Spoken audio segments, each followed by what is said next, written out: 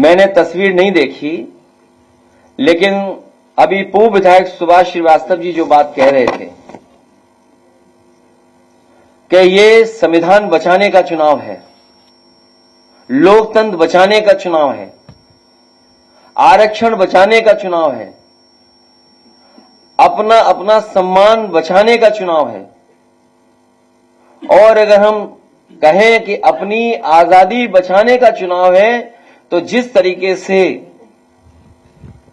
कभी मंथन हुआ था, ये समुद्र मंथन की बात जो हुई है कभी, ये संविधान मंथन का समय है। एक तरफ वो लोग हैं जो संविधान की रक्षा करना चाहते हैं, दूसरी तरफ वो लोग हैं जो संविधान को खत्म करना चाहते हैं।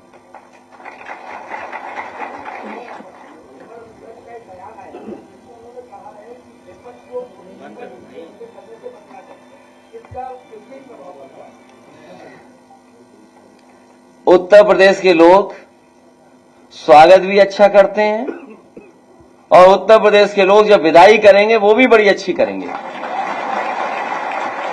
जो लोग 14 में आए थे वो 24 में जाने वाले हैं और 10 साल हिटलर का ही समय था।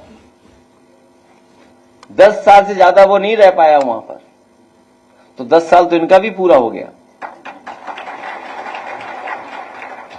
और सवाल यह है कि नौकरियां मिलेंगी कि नहीं मिलेंगी। भारतीय जनता पार्टी हटाओ, नौकरी पाओ।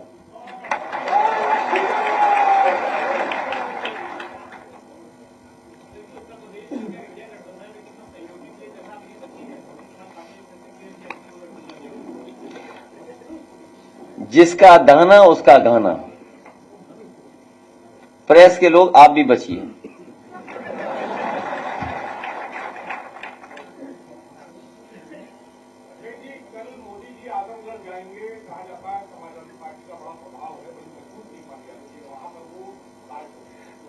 मैंने आपसे क्या कहा? उत्तर प्रदेश की जनता स्वागत भी अच्छा करती है और विदाई भी अच्छा करती है।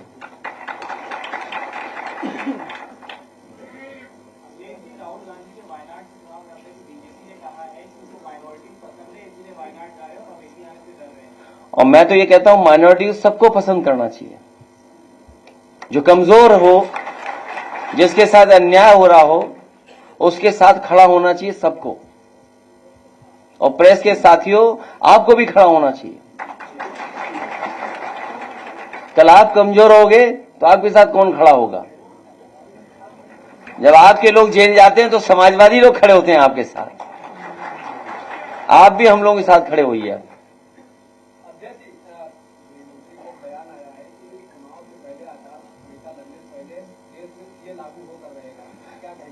आचार संहिता तब मैं मानूंगा लागू हो गई जब डीजीपी हट जाएंगे, पुलिस के अधिकारी हट जाएंगे। पहले तो आचार संहिता लगती थी, उसके बाद अक्सर जो अधिकारी बहुत दिनों से जमे रहते थे उनको हटाया जाता था। देखते हैं ये सरकार कितने अधिकारियों को हटाती है।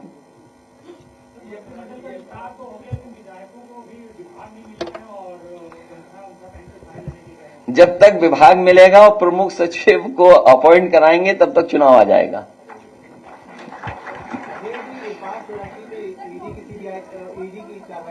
देखिए, जितने भी ये सीबीआई, ईडी, इनकम टैक्स जानबूझ करके सरकार भेजती है जिससे लोग डर जाएं और घबरा जाएं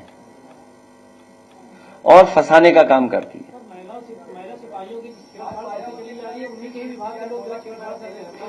ये एक लंबी सूची है। हमारे पत्रकार साथी ने कुछ सवाल उठाया है। ये बहुत एक लंबी सूची है।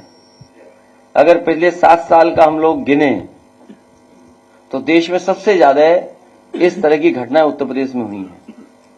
और जहां साथी हमारा एक कह रहा था, होम मिनिस्ट्री के ऊपर कोई सवाल पूछा जा रहा था।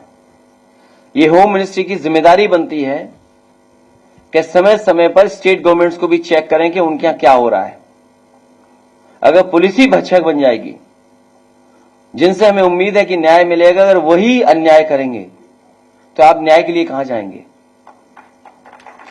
तो ये जो घटनाएं बढ़ी हैं, ये पुलिस हेडक्वार्टर से लेकर के और थाने तक की घटनाएं आप इस बारे में जानकारी कर सकते हैं। सबसे ज्यादा उत्तर प्रदेश में है। जिस तरीके से जब से बीजेपी की सरकार आई है, दिल्ली में 1 लाख, पूरे उत्तर भारत में 1 लाख किसानों ने आत्महत्या की है। सोचो, जिस देश में 10 साल में 1 लाख किसान आत्महत्या करता हो, जहां पर यह बताया गया हो कि आय दोगुनी हो जाएगी, यहां जितने लोग बैठे हैं सब किसान परिवार के हैं। किसान परिवार पूछ रहे हैं कि उनकी आय दोगुनी कब होगी, और किसान के बेटे ये पूछ रहे हैं उन्हें नौकरी रोजगार कब मिलेगी।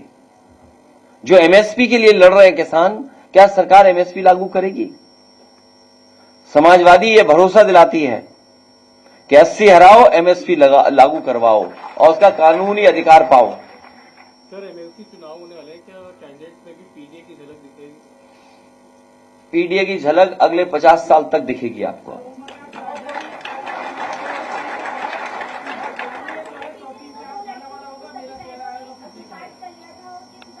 वो गंभीर मामला है जहां 2 बहनों ने आत्महत्या की और पिता ने भी जान दे दी। ये बहुत गंभीर विषय है। कम से कम बीजेपी को न्याय दिलाना चाहिए परिवार को, और कहीं ऐसी घटना दोबारा उत्तर प्रदेश में न हो, उसके बारे में भी सरकार को सोचना चाहिए। जो लोग जीरो टॉलरेंस की बात कर रहे थे, उनका कानून व्यवस्था उत्तर प्रदेश में जीरो हो चुका है।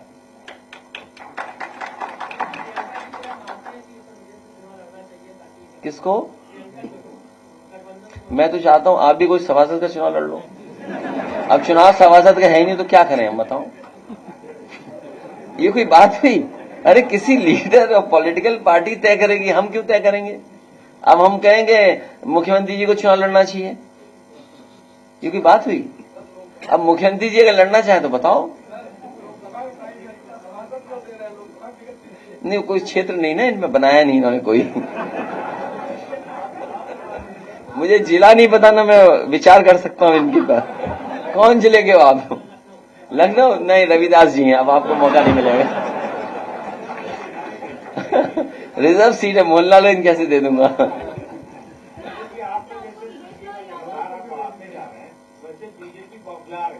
तो आपके भी चैनल में पी है। बीजेपी अभी और घबराएगी, इसलिए घबराएगी क्योंकि पीडीए का हक और अधिकार छीने इन्होंने। आप बताइए, वाइस चांसलर के अपॉइंटमेंट्स हुए हैं, पीडीए कितना है उसमें? जो वाइस चांसलर के अपॉइंटमेंट हुए हैं उसमें पीडीए कितना है? और हमारे ये साथी अलग अलग जिले के यहां बैठे हैं। कभी गवर्नर हाउस से ये सवाल उठता था कि कौन पोस्ट हुआ है, कितने पोस्ट हुए हैं। कई जिले ऐसे हैं जिनमें एक भी पीडीए का अधिकारी कभी पोस्ट नहीं हुआ टॉप पोस्ट में। कई जिले ऐसे हैं जिसमें पीडीए का बड़ी पोस्टिंग पाया ही नहीं। तो ये तो केवल एक बात बता रहा हूं मैं आपको कि यूनिवर्सिटियों में जो अपॉइंटमेंट हुए 34 में पीडीए है ही नहीं कहीं, केवल 4 पीडीए।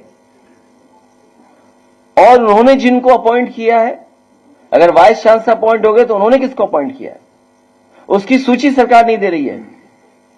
जो लोग 46 में 56 कहते थे, 46 में 56, उन्हें सूची देनी चाहिए कि नहीं देनी चाहिए? ये तो केवल मैं एक बात उठा रहा हूं अभी, एक, कि वाइस चांसलर के अपॉइंटमेंट्स में सरकार ने सबसे ज्यादा धोखा अगर किसी को दिया है तो पीडीए परिवार को धोखा दिया है। क्या वो 69,000 के बच्चे किस मंत्री के घर नहीं गए बताओ?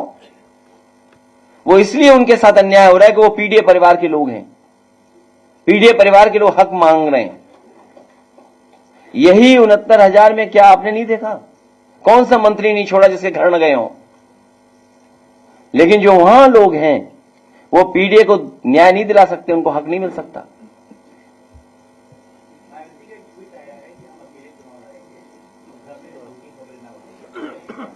मैं उनको बहुत धन्यवाद देता हूं।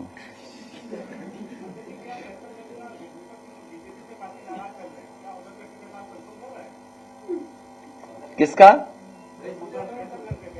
नहीं, अगर आप कह दोगे तो मैं दे दूंगा।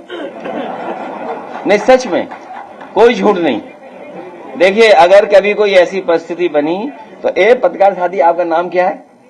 अकील सिद्दीकी कह रहे हैं कि उन्हें टिकट दे देना चाहिए, हम आपकी बात मानेंगे।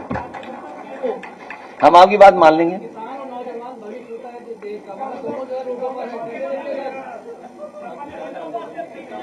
भाई हमें टिकट का कैसे बता दूं? अभी ये कांग्रेस वाले पूछे, आप बीजेपी की पूछो, मैं क्यों तय करूंगा टिकट किसी दूसरी पार्टी का?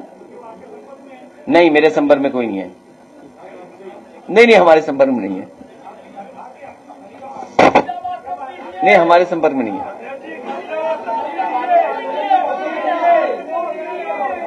हैं? बहुत जल्दी आ जाएगी, बहुत जल्दी आ जाएगी, बहुत जल्दी आ जाएगी, बहुत जल्दी आ जाएगी, वो भी बहुत जल्दी दे देंगे।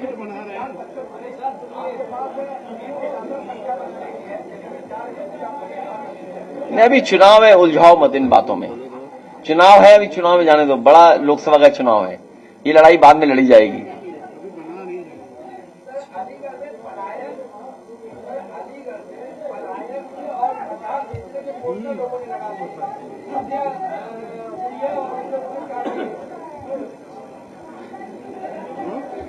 अरे रुक जा बेटा, अभी इनका दरखास्त लेना, अभी बच्चे दरखास्त दे देना अपनी, ठीक है? दरखास्त देना, किसी कोई ये व्यक्ति हो दरखास्त लेना, सिक्योरिटी वाले दरखास्त ले लो, उसकी मदद कर देंगे। हाँ हाँ, किसने लगाया पोस्टर? किस कारण? मुझे जानकारी नहीं है।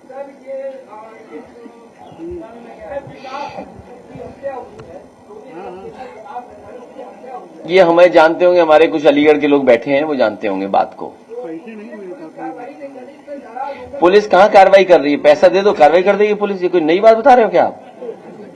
आप ये बताइए, बलिया में अंबिका चौधरी जी बैठे हैं, यहां पर एक व्यापारी ने लाइव अपनी जान दे दी, याद है आपको? कुछ सूदखोरों से उसने पैसा लिया था, और जब पैसा नहीं दे पाया, कुछ दे दिया कुछ नहीं दे पाया, उसका भी उसने वादा कर दिया, उसकी जमीन घर मकान लिखाना चाहते थे, मजबूरी में वो लाइव आकर के उसने अपनी जान दी, याद है? हाँ, जबरदस्ती लिखवाया, उसके घर मकान ले लिया, जिसके कारण उसे अपनी जान देनी पड़ गई। अभी इलाहाबाद में मैंने सुना है, इलाहाबाद की घटना है, एक यादव परिवार जिसने कुछ पैसा लिया था, पैसा वापस कर दिया, कुछ बचा था उस पर इतना इंटरेस्ट लगा दिया, इतना इंटरेस्ट लगा दिया और इतना अपमानित किया, वो घर जाकर के उसने फांसी लगा ली। और थाना और पुलिस मदद उसकी कर रहा जो हत्यारा है, जिसकी वजह से हत्या हुई है। तो ये कोई नई बात बता रहे हो आप? पूरी पुलिस पैसा ले रही है, ये बात मुझे बोलना चाहिए। इतना करप्ट, इतनी करप्ट पुलिस कभी नहीं हुई होगी, और इतना करप्शन उत्तर प्रदेश में कभी नहीं हुआ होगा जितना भारतीय जनता पार्टी की सरकार में चल रहा है। क्या आप कल्पना कर सकते हैं लखनऊ में सड़क में कितना गहरा गड्ढा हो गया था? बताइए आप तो देखने गए होंगे, कितना कितना है? नहीं, कितना गहरा गड्ढा था? वो तो गाड़ी बच गई, उसने ब्रेक टाइम से लगा लिए। नहीं, वो गाड़ी यूं लटकी हुई थी, याद कीजिए आप। हाँ, और आप सोचिए, एक अखबार ने लिखा अंग्रेजी में, हाँ शायद मुख्यमंत्री जी अंग्रेजी नहीं पढ़ते होंगे, उस अखबार ने लिखा कि sinking roads indicates stinking corruption. सोचिए आप, एक अंग्रेजी अखबार प्रतिष्ठित लखनऊ का लिख रहा है कि इसलिए हो रहा है क्योंकि भ्रष्टाचार है। अब मुख्यमंत्री जी ने नहीं पढ़ा होगा क्योंकि अंग्रेजी में अखबार ने लिखा था। ये बात मैं नहीं कह रहा हूं, ये अखबार कह रहा है, और आप में से साथी बैठे होंगे, उन्हीं के अखबार की खबर पढ़ रहा हूं मैं। तो सोचो, लखनऊ में इतने गहरे गड्ढे हो रहे हो, पूरे उत्तर प्रदेश में गड्ढे गड्ढे कर दिए सरकार ने। और कब? जब 40,000 करोड़ से ज्यादा गड्ढा मुक्ति में पैसा खर्च किया है सरकार ने, 40,000 करोड़ से ज्यादा, सोचिए आप।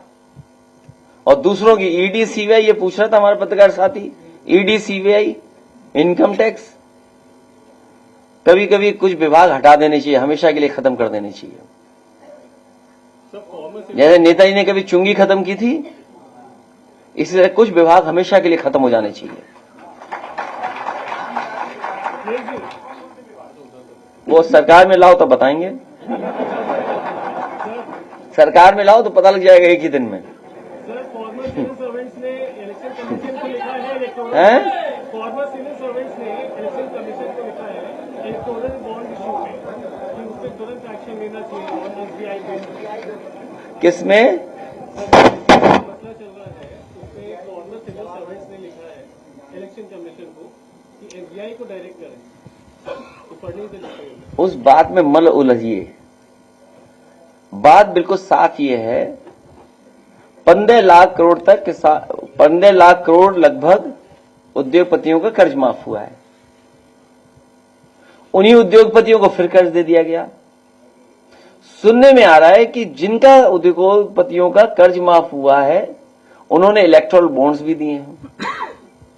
तो अब इसमें क्या बताएं हम? तो जब जवाब मिलेगा रिजर्व बैंक से तो पूरा देश जान जाएगा। लेकिन सवाल यह है कि 6 महीने बाद पता लगेगा, चुनाव मुद्दा ही न बने, इसलिए है ये सब बात। सबसे ज्यादा पैसा किसके पास गया? कोई बोलेगा नहीं चैनल? आप तो बोल रहे हो। सबसे ज्यादा पैसा गया किस पार्टी पर, तो उसी को बताना पड़ेगा।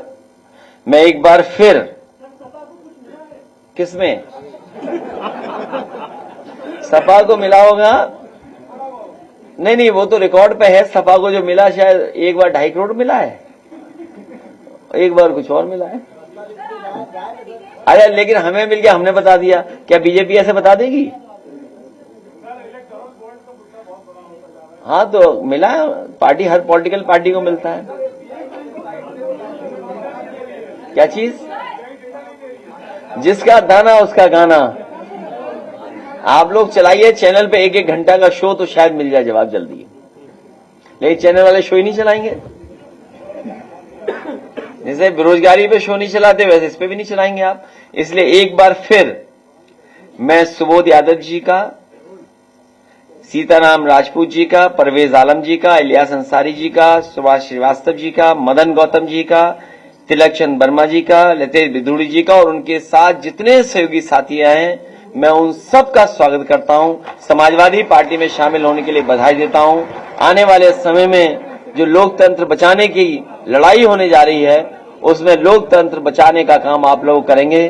बाबा साहब भीमराव अम्बेडकर जी का जो दिया हुआ संविधान है उसको बचाने का काम करेंगे। आप सबका, अपने साथियों का धन्यवाद और प्रेस के लोग आए हुए हैं उनका भी विशेष धन्यवाद। बहुत बहुत धन्यवाद आप।